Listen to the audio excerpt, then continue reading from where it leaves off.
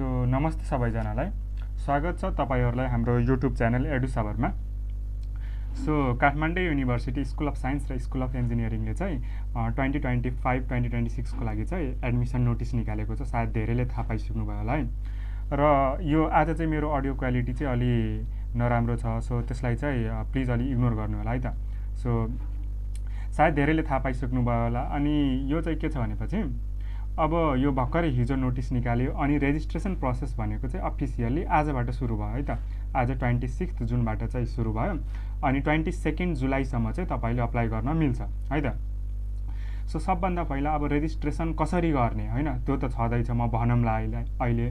त्यो भन्दा अगाडि चाहिँ तपाईले यो पेज भनौँ या यो वेबसाइटमा चाहिँ कसरी आउने भन्ने कुरा हो हैन, किनकि तपाईले रजिस्ट्रेसन गर्ने भनेकै यहीबाट हो हैन। सो त्यसको लागि चाहिँ सबभन्दा पहिला आफ्नो ब्राउजरमा आउनु होला। त्यो चाहिँ तपाईले मोबाइलबाट गर्दा नि भयो र डेस्कटप पीसीबाट गर्दा नि भयो, तर म चाहिँ तपाईहरुलाई डेस्कटपबाट या पीसीबाट ल्यापटपबाटै गर्न रिकमेन्ड गर्छु है त।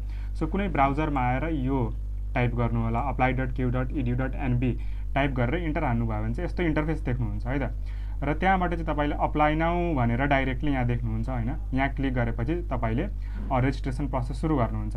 र अर्को भनेको चाहिँ यहाँ call for application in under graduate program भनेर छ। यो भनेको चाहिँ तपाईको डिटेल्सहरु छ, एभ्रिथिङ लाइक डकुमेन्ट्सहरु देखि लिएर हैन, एलिजिबिलिटी क्राइटेरिया के कस्तो रहेको छ, एप्लिकेसन प्रोसिजर्स के कस्तो छ, सबै कुरा चाहिँ तपाईले यहाँबाट हेर्न सक्नुहुन्छ। सो म सबैले के भन्छु भन्दा यो रेजिस्ट्रेसन प्रोसेसमा जानुभन्दा पहिला सुरुमा चाहिँ तपाईले यो डिटेलमा पढ्नुस् है। वन बाइ वन यसमा क्लिक गर्नुहुन्छ नि, अनि क्लिक गर्दाखेरि चाहिँ यसरी चाहिँ तपाईको एभ्रिथिङ आउँछ के। र यो म यसमा डिटेलमा जादिन, यो तपाई एउटा इन्जिनियरिङ पढ्न लाग्नु भएको स्टुडेन्टले चाहिँ वन बाइ वन पढेर बुझ्न सक्नुहुन्छ। यसमा त्यस्तो केही रकेट साइन्स चाहिँ छैन है। सो यो पढ्नु होला र यो पढिसकेपछि बल्ल त्यो रेजिस्ट्रेसन प्रोसेसमा जानु होला। इन केस कुनै कन्फ्युजन आयो हैन या दाइलाई सोध्न पाए हुन्थ्यो जस्तो लाग्यो भने कमेन्ट सेक्सन चाहिँ जतिखेर नि ओपन छ है त तपाईहरुको लागि युट्युबको। सो त्यहाँबाट सोध्न सक्नुहुन्छ। सो यो भनेको हाम्रो एलिजिबिलिटी क्राइटेरिया भयो। म फटाफट भन्छु है त, भिडियोलाई सकेसम्म म लामो गर्दिन र थोरै म त्यो रेजिस्ट्रेसन प्रोसेसको बारेमा पनि भन्छु है। सो एलिजिबिलिटी क्राइटेरिया सबै वन बाइ वन पढ्नु होला है। मैले भिडियोमा भन्दाखेरि छुट्छ, पढ्दाखेरि चाहिँ छुट्दैन। सो यो क्राइटेरिया रहेको चाहिँ जस्तै 2.0 या पर्सेन्टेजमा छ भने 50% आउनु पर्यो मिनिमम। त्यस्तै गरी A level, IB diploma, CTBT diploma holder सबैले अप्लाई गर्न पाइयो। योहरू हेर्नु होला एकपल्ट है त। त्यस्तै गरी भन्छन् नि कतिले एडिसनल म्याथमेटिक्स चाहिन्छ कि चाहिँदैन दाइ, एकदम चाहिन्छ है। एडिसनल म्याथमेटिक्स चाहिन्छ, यहाँ क्लियरली लेखिएको छ। त्योहरू एकचोटि पढ्नु होला, सबै कन्फ्युजन भयो भने मलाई सोध्नु होला। र यो जियोमेट्रिक्स इन्जिनियरिङहरुको लागि चाहिँ हरेक वर्ष एउटा स्पेशल स्कलरशिप भनेर हुन्छ है त।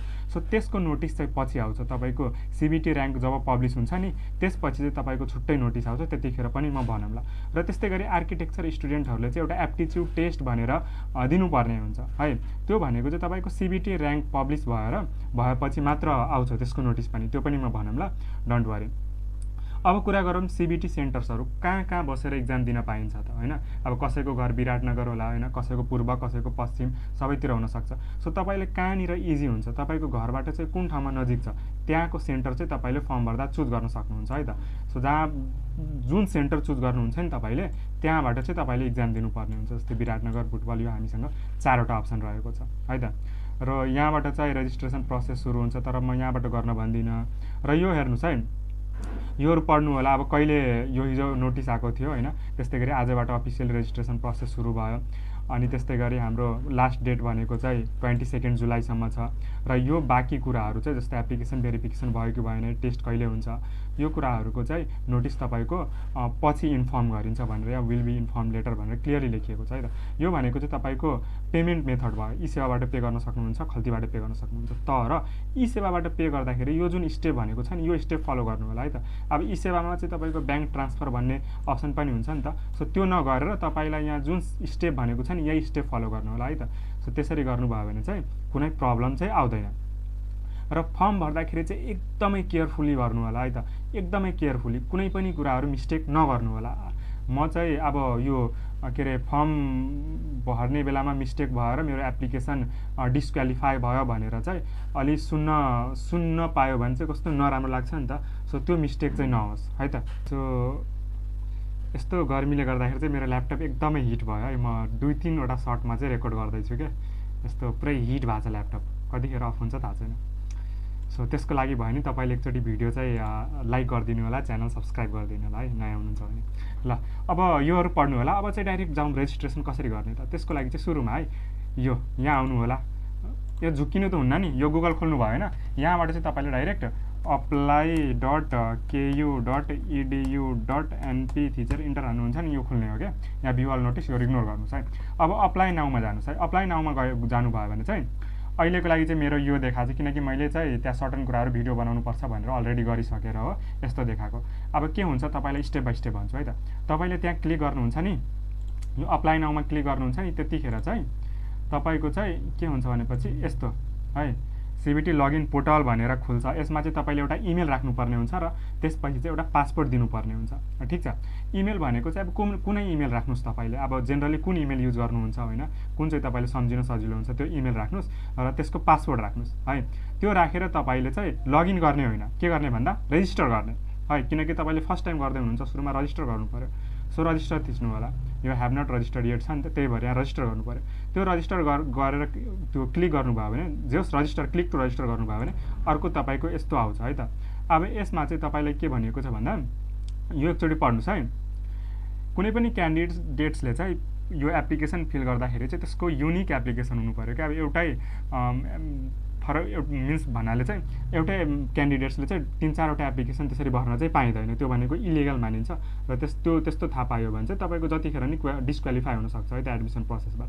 सो त्यस्तो चाहिँ नगर्नु होला है। अब यसमा हेर्नुहोस् है, यसमा क्लिक गर्नुभयो भने यो मेरो बुझ्नु भइरहेछ नि कुरा के हो।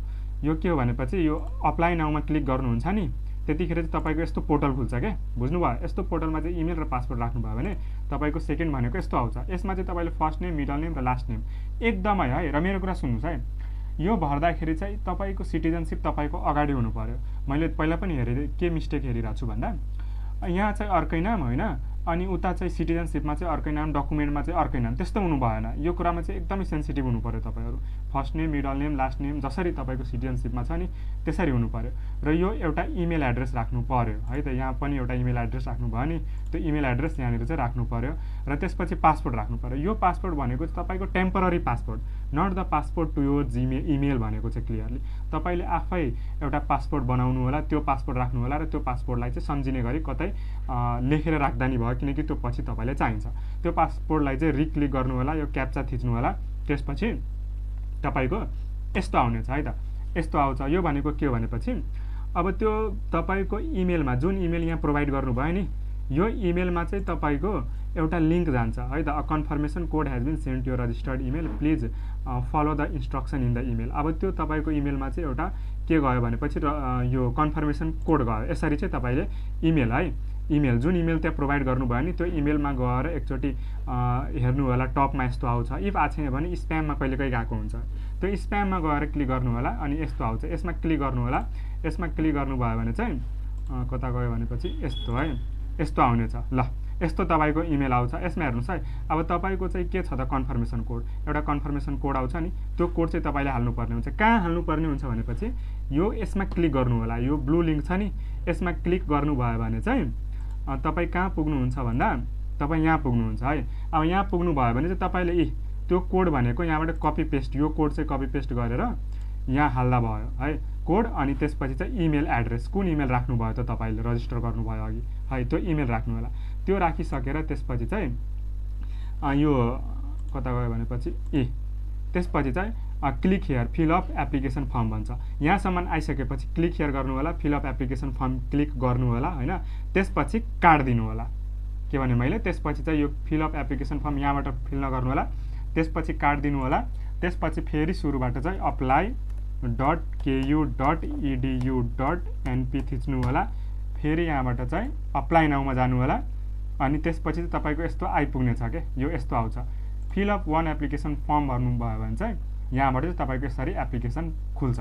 मैले चाहिँ रितेश कुमार शाह राखेको त्यही भएर यो आएको। अब यो तपाईँले सक्नुहुन्छ, यसमा चाहिँ केही गाह्रो छैन है। र यसमा चाहिँ म के भन्छु भन्दा अब जस्तै तपाईँले चाहिँ फोटोहरू राख्दाखेरि चाहिँ त्यहाँ स्ट्यान्डर्ड साइज भनिएको हुन्छ है, यो अर्को पेजमा छ, त्यो मैले भरिनँ। त्यो स्ट्यान्डर्ड साइज अनुसार कति एमबीसम्मको चाहिँ लिन्छ त्यो अनुसार चाहिँ तपाईँले राख्नु होला। यो पढ्नुहोस् है, केही अप्ठ्यारो भयो भने चाहिँ मलाई भन्नु होला, म हेल्प गरौँला है। अनि यो सबै डकुमेन्टहरू के मागेको छ त्यो सबै राख्नु होला।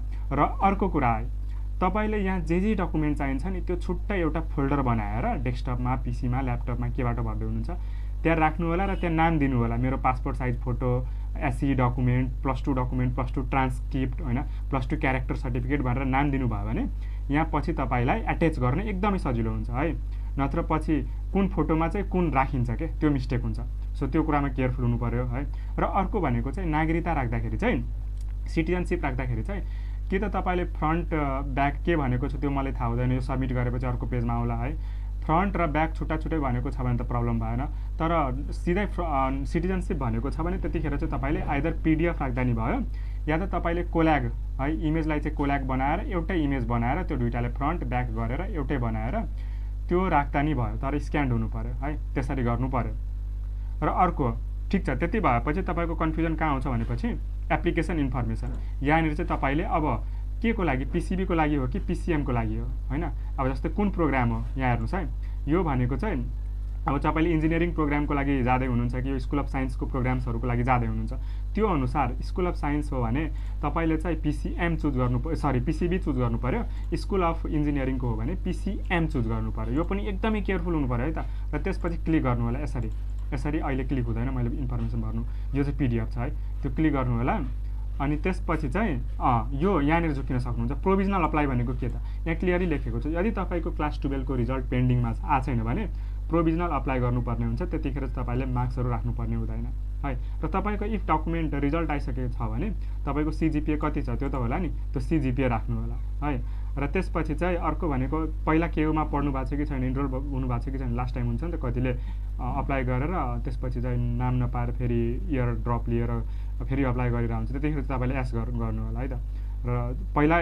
इफ अप्लाई गर्नु भएको छ भने तपाईँको रजिस्ट्रेसन नम्बर के थियो त पहिलाको त्यो राख्नु पर्यो अनि सेभ गर्नु होला सेभ गर्नुभयो भने चाहिँ नेक्स्ट पेजमा तपाईँ आउनुहुन्छ त्यसको पनि इन्फर्मेसनहरू आउँछ त्यो भर्दै जानु होला त्यो भर्दै गएपछि चाहिँ लास्टमा चाहिँ सबमिट गर्नु होला यो रेस्पोन्स हेज बिन रेकर्डेड भनेर जान्छ र तपाईँको एउटा इमेल पनि आउँछ यो रजिस्टर गरेको इमेलमा चाहिँ जान्छ त्यो कुरा है त्यो छ र त्यति नै है एकचोटि ट्राई गर्नुहोस् है र च्यानललाई सब्सक्राइब गर्नुहोस् केही गाह्रो भयो भने चाहिँ मलाई मजाले सोद्धा हुन्छ है युट्युबमा कमेन्ट गर्नु होला किनकि युट्युबमा कमेन्ट गर्नुभयो भने इन्स्टाग्राममा पर्सनली प्लिज नसोध्नु होला है अहिले चाहिँ मलाई धेरै मेसेजहरू आउँछ कमेन्ट गर्नुभयो भने तपाईँको प्रब्लम अरूको प्रब्लम नै हुनसक्छ है सो सबैले चाहिँ त्यो कमेन्ट पढ्यो भने चाहिँ अरूलाई नै इजी हुन्छ सो त्यस्तो गर्नु होला सबैलाई बेस्ट अफ लक र फर्म भर्दाखेरि चाहिँ एकदमै केयरफुल हुनु पर्यो है त यसमा चाहिँ कुनै मिस्टेक चाहिँ नगर्नु होला सो बेस्ट अफ लक सबैले फर्म भर्नु होला टाइम जति नै छ र एकचोटि चाहिँ सबै एप्लिकेसन पढ्नु होला है मैले अघि भने जस्तो है त सो थ्याङ्क यू